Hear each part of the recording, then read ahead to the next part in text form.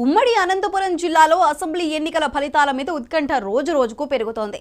మొత్తం 14 స్థానాలుండగా 2014లో ఇద్దరు వైసీపీ అభ్యర్థులు మాత్రమే గెలిస్తే 2019లో సీన్ రివర్స్ అయ్యి ఇద్దరు టీడీపీ అభ్యర్థులు మాత్రమే గెలిచారు. ఈ పరిస్థితుల్లో పూర్వ వైభవం కోసం టీడీపీ పట్టు నిలుపుకోవటానికి వైసీపీ ప్రయత్నిస్తున్నాయి. ఈ రెండు పార్టీల నుంచి మొత్తం 6 మహిళలు బరిలో ఉండటం కూడా ఈసారి సరికొత్త రికార్డ్.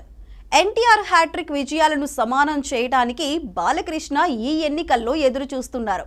పోలింగ్ సందర్భంగా జరిగిన ఘర్షణలతో వార్తల్లోకెక్కిన జిల్లాల్లో ఫలితాల మీద ఉన్న ఆసక్తికి కారణాలు ఒకసారి చూద్దాం.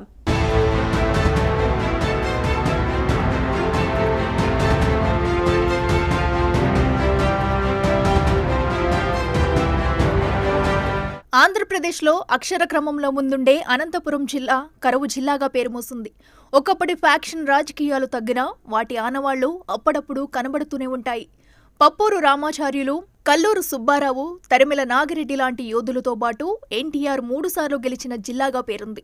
జేసీ కుటుంబం 7 సార్లు, పరిటాల కుటుంబం 7 సార్లు గెలిచి ఉండటం కూడా అనంతపురం జిల్లా రాజకీయాల్లో ప్రత్యేకత. అందుకే ఇక్కడి ఎన్నికల ఫలితాల మీద ఆసక్తి ఎక్కువగా ఉంటుంది. ఈ మధ్య ఘర్షణలు జరిగి ఉండటం వల్ల కూడా అక్కడి ఉద్రిక్త వాతావరణం గురించి అందరూ చర్చించుకుంటున్నారు.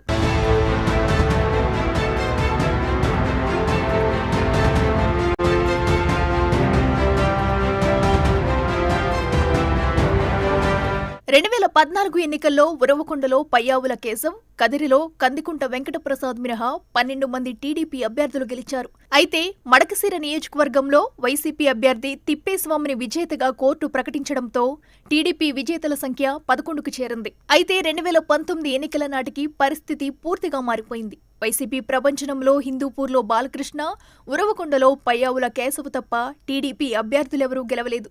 బాలకృష్ణ ఒక్కడే జిల్లాలో 2 వరుస విజయాలు నమోదు చేసుకోవడంతో పాటు 3ోసారి బరిలో నిలబడి హ్యాట్రిక్ కోసం ప్రయత్నిస్తున్నారు. 1999 ఎన్నికలు మొదలుకొని ఉరవకొండలో పయ్యావుల కేశవ్ గెలిచిన ప్రతిసారి టీడీపీ అధికారంలోకి రాకపోవటం, ఓడినప్పుడు అధికారంలోకి రావటం యాదృచ్ఛికం. దీని ఒక సెంటిమెంట్గా కూడా చెప్పుకుంటున్నా ఈసారి ఫలితాలు ఆ చరిత్రను తిరగరాస్తాయని తెలుగుదేశం వర్గాలు చెబుతున్నాయి.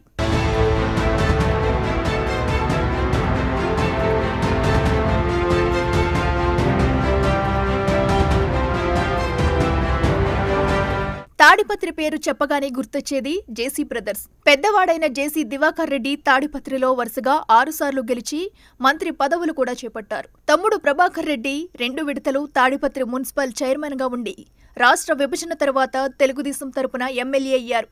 గత ఎన్నికల్లో అన్నదమ్ములిద్దరూ వారసులను బరిలోదించారు.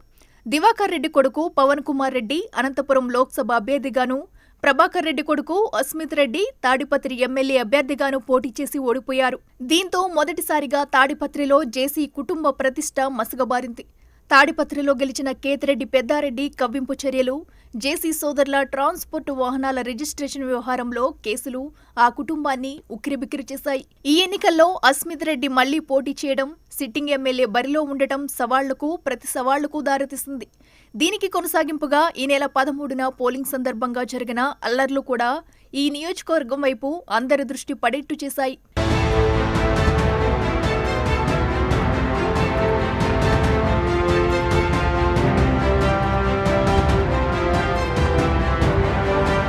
ఇక ఈ జిల్లాలో మరో ముఖ్యమైన రాజకీయ కుటుంబం పరిటాలది. పరిటాల శ్రీరాములయ్య కొడుకుగా పరిటాల రవీంద్ర ఒక నాయకుడిగా ఎదిగి తన వర్గాన్ని కాపాడుకుంటూ వస్తున్న సమయంలో 1994లో ఆయన మొదటిసారిగా తెలుగుదేశం ఎమ్మెల్యేగా గెలిచారు.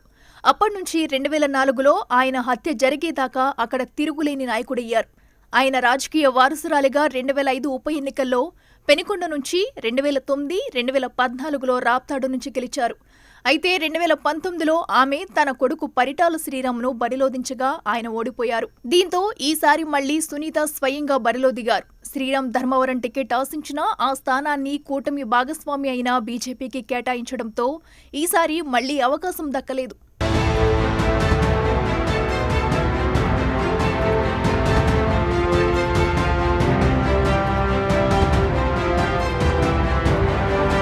రెండు ప్రధాన రాజకీయ పక్షాల నుంచి 6 మహిళా అభ్యర్థులు బరిలో ఉండటం కూడా అనంతపురం జిల్లాకు ప్రత్యేకత తెచ్చిపెట్టింది. ఇప్పటి వరకు జరిగిన ఎన్నికల్లో గుత్తిలో 1, సింగనమలలో 4, కళ్యాణదుర్గంలో 4 ఎన్నికల్లో 3, రాప్తాడులో 2 ఎన్నికల్లో 1 మహిళా అభ్యర్థి గెలిచారు. ఎస్సీ నియోజకవర్గాలైన సింగనమల, కళ్యాణదుర్గంలో 8 ఎన్నికల్లో 7 మహిళలు గెలిచి ఉండటం విశేషం.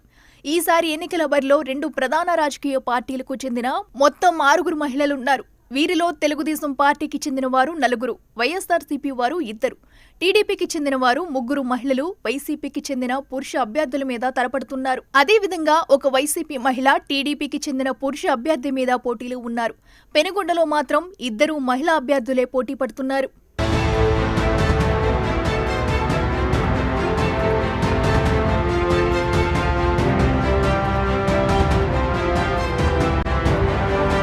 గత 2 ఎన్నికలలో 2 మాత్రమే వరుస విజయాలు సాధించారు. 2014లో మడకసిరలో తెలుగుదేశం అభ్యర్థి ఈరన్న మీద ఓడిపోయినా 2018లో కోర్టు ద్వారా వైసీపీ అభ్యర్థి తిప్పేస్వామి ఎన్నికయ్యారు.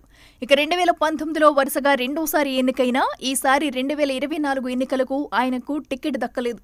దీంతో హ్యాట్రిక్ అవకాశం మిస్ అయ్యారు. ఇక 2014, 2019 ఎన్నికల్లో హిందూపురం నుంచి వరుసగా 2 సార్లు గెలిచిన నందమూరి బాలకృష్ణ ఇప్పుడు పోటీలో ఉండి హ్యాట్రిక్ కోసం ప్రయత్నిస్తున్నారు. ఇప్పుడు గెలిస్తే తన తండ్రి ఎన్టీఆర్ 1985, 1989, 1994లో గెలిచి సంపాదించిన హ్యాట్రిక్ విజయంతో సమానమవుతారు.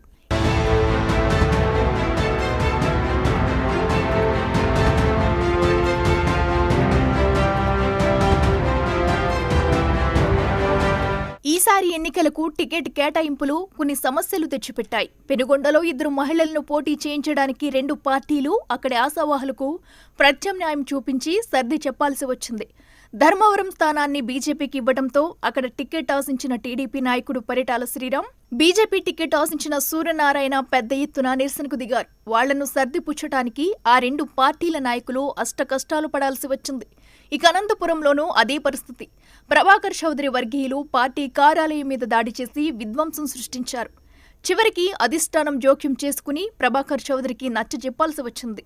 గుంతకల్ స్థానాన్ని వైసీపీలో 2 సార్లు గెలిచి మంత్రి కూడా అయిన గుమ్మనూరు జయరాంకు కేటాయించగా టీడీపీ వర్గాలు జీర్ణించుకోలేకపోయాయి. కర్నూలు జిల్లా ఆలూరు నియోజకవర్గం నుంచి వచ్చిన వైసీపీ నాయకుడికి టికెట్ ఇవ్వటాన్ని నిరసిస్తూ పార్టీ కార్యాలయంలో పెద్ద ఎత్తున విధ్వంసం సృష్టించారు తెలుగుదేశం కార్యకర్తలు.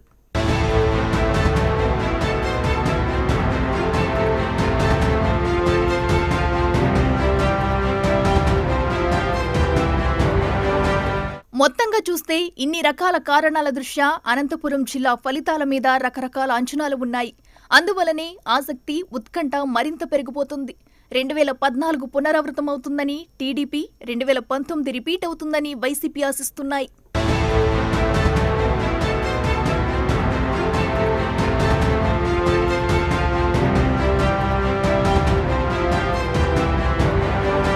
మాచర్ల ఎమ్మెల్యే